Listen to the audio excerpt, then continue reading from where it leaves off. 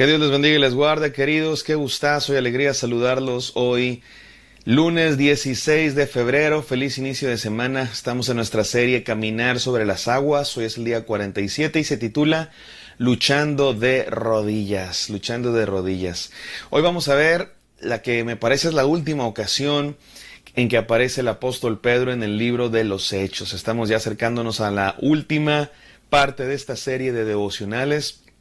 Hemos estado estudiando la vida del apóstol Pedro, una vida pues importantísima porque le tocó vivir el momento más importante en la historia de la humanidad, que es la primera venida de nuestro Señor Jesucristo, que llamó a sus apóstoles, a sus discípulos, luego murió en la cruz, resucitó y luego los comisionó para que continuaran la obra de Dios, envió a su Espíritu Santo, la iglesia se llenó del Espíritu Santo y comenzó a expandirse. Comenzaron unas 120 personas ahí en el aposento alto en Jerusalén, y el día de hoy hay millones de cristianos en todas partes del mundo, más de 2,000 millones de cristianos en todas partes del mundo, y esto es impresionante. Porque empezó con un puñado de gente, sencillos. No eran filósofos, no eran de los más educados, pero tenían una cosa que les dio el poder para ser testigos en todas partes del mundo. Y eso es el Espíritu Santo en sus corazones. Y al apóstol Pedro le tocó ser no solo parte de estos eventos extraordinarios, le tocó ser uno de los dirigentes. Así es que estamos estudiando algo impresionantemente maravilloso. Vamos a la última vez que aparece el apóstol Pedro de manera prominente, por lo menos en el libro de los Hechos. Después de esto va a ser la figura más protagónica en el libro de los Hechos, humanamente hablando, del apóstol Pablo, porque claro que el Espíritu Santo es el protagonista de toda esta historia hasta nuestros días. Él es el protagonista de todo lo que hacemos. No se trata de nosotros, no se trata de mí, yo no soy el protagonista, tú tampoco. Es Dios, es Cristo, es el Espíritu Santo en nosotros, haciendo lo que está haciendo en el mundo. Y vamos a la palabra de Dios, entonces, Hechos 12, no sin antes orar. Gracias, Padre Santo, por este devocional que nos permites tener. Te pedimos que nos hables. En el poderoso y santo nombre de Cristo Jesús oramos. Amén. Amén, queridos. Vamos a Hechos 12, del 1 al 18, dice así. En ese tiempo, el rey Herodes hizo arrestar a algunos de la iglesia con el fin de maltratarlos. A Santiago, hermano de Juan, lo mandó a matar a espada. Este es el primero de los 12 discípulos que muere por su fe. Jacobo, Santiago, el hermano de Juan, uno de los 3 más cercanos, ¿recuerdan? Uno de los 3 discípulos que estuvo en esos momentos cruciales de la vida de Jesús. Pedro, Juan y Jacobo. Muere a espada por órdenes de Herodes. La iglesia está siendo perseguida, mi amado hermano. Versículo 3. Al ver que esto agradaba a los judíos, procedió a prender también a Pedro. Los judíos les dio gusto que se matara a cristianos. Y entonces atraparon también a Pedro. Esto sucedió durante la fiesta de los panes sin levadura. Después de arrestarlo, lo metió en la cárcel y lo puso bajo vigilancia de 4 grupos de 4 soldados cada uno. O sea, había 16 soldados cuidando al preso, Pedro. Tenía la intención de hacerlo compadecer en juicio público después de la Pascua, pero mientras mantenían a Pedro en la cárcel, la iglesia oraba constantemente y fervientemente a Dios por él. Esta es la clave del pasaje. La iglesia oraba constantemente y fervientemente. Ojalá que fuéramos más como esta iglesia, la primera iglesia en la historia de la humanidad. Se dedicaba a principalmente la oración. Constantemente, o sea, todos los días, y fervientemente, o sea, con pasión. El día de hoy cuesta trabajo que la gente venga a una noche de oración, que la gente ore.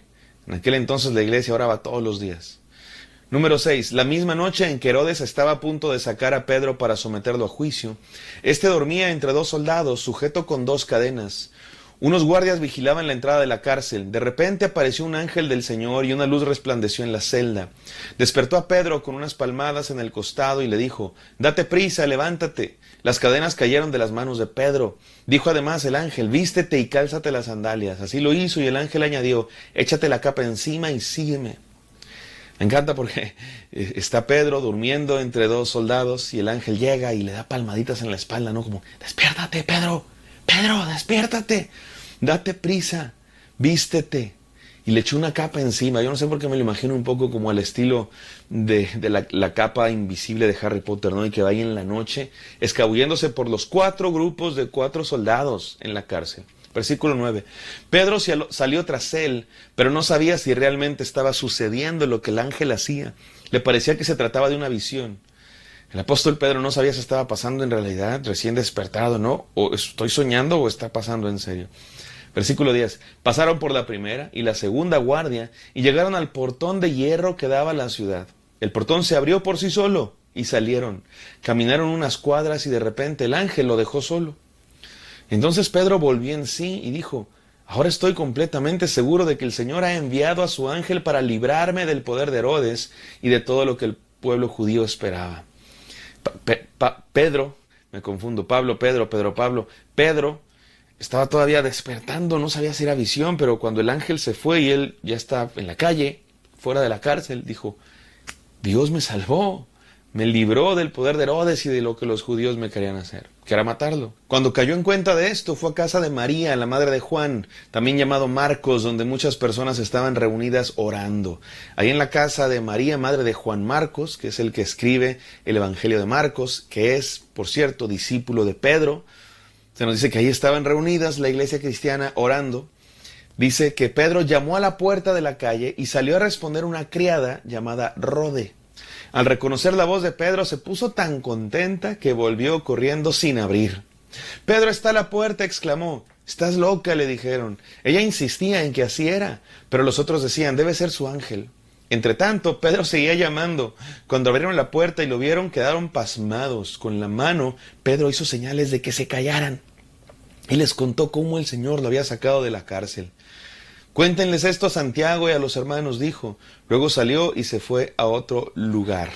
Y ahorita terminamos de leer esta historia, pero es que esta parte es casi que hasta cómica, ¿no? El apóstol Pedro viene saliendo de la cárcel con la capa encima, que nadie lo vea, toca la puerta de María, la madre de Juan Marcos, y resulta que una muchacha, una de las criadas, pregunta: ¿quién es? Seguramente con miedo. Está en la iglesia, acaban de matar a Santiago, acaban de apresar a Pedro, la iglesia tiene miedo, están orando, pidiendo a Dios que les dé paz, confianza, y Rode escucha y dice: ¿quién es? Es Pedro. Y se pone tan contenta porque reconoce la voz de Pedro, que va con la iglesia y les dice: iglesia, iglesia, Pedro está allá afuera. Y no le creen. Estás loca, le dicen unos. Es su ángel, dicen otros. Le dicen: no, es Pedro. Pero sin abrir la puerta. O sea, se puso tan contenta Rode que en vez de abrirle la puerta, Pedro fue corriendo a contarles. Y Pedro seguía llamando. Y regresa Rode, le abren, entra Pedro y todos se ponen bien contentos. ¡Pedro! Pero le dicen: no, cállense. Y les empieza a contar todo lo que había pasado. Me encanta esta historia, mi amado hermano, me encanta esta historia. Porque entre cosas casi que cómicas nos muestra a la iglesia en medio del dolor, en medio de la persecución, en medio de la prueba, confiando en Dios, creyendo en Dios. Ahora, no perfectamente. Estás loca, le dijeron unos. Oye, están orando porque esto pase y no creen. Me recuerda la historia de un pueblo que mandaron a hacer una noche de oración por lluvia. Era un pueblo allá pues en el campo que se dedicaba a la agricultura, a cosechar cereales, maíz, tomate, papa y otras cosas. Y no había habido lluvia y estaban preocupados por la cosecha porque de eso vivían. Literalmente su vida dependía de que lloviera.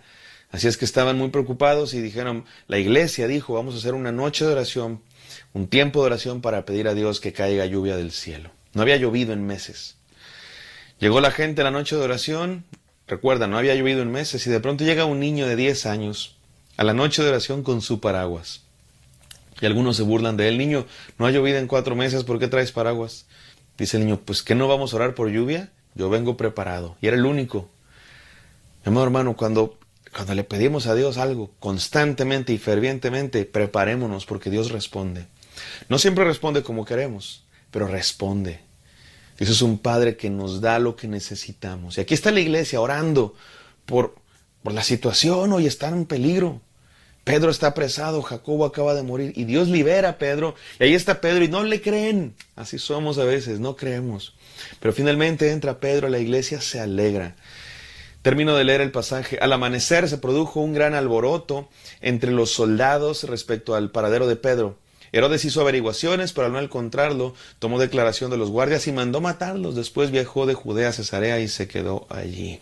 ¿Qué nos enseña esta historia, mis amados hermanos? Definitivamente nos enseña el poder de Dios.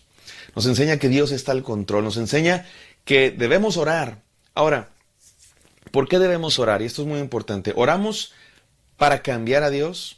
Si la iglesia no hubiera orado, Dios no hubiera hecho eso. O sea, Dios estaba acá como de, está Pedro en la cárcel.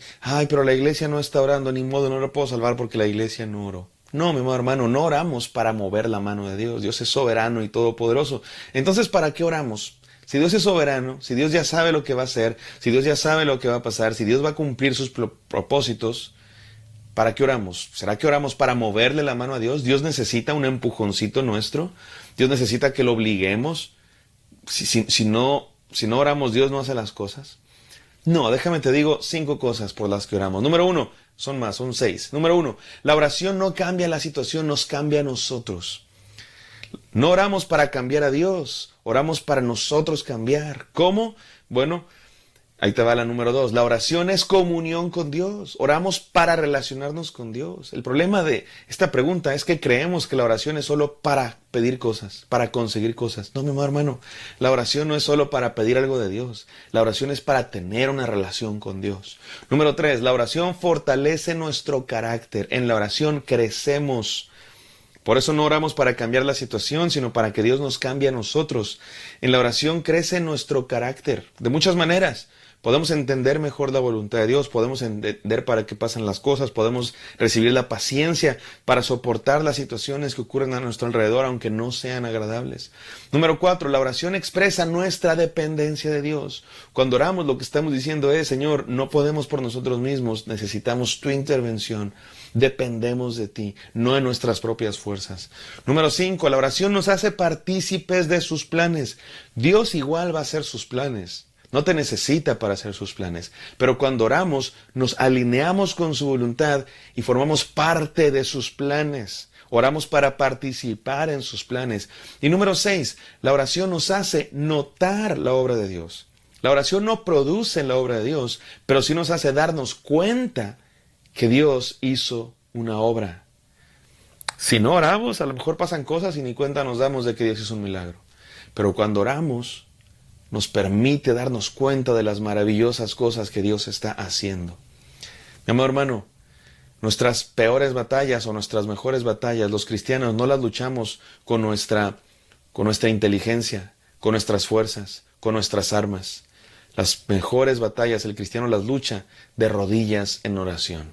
Vamos a orar. Gracias, Padre Santo, porque nos has dado esta arma para luchar en contra del mal, para ser transformados, Señor.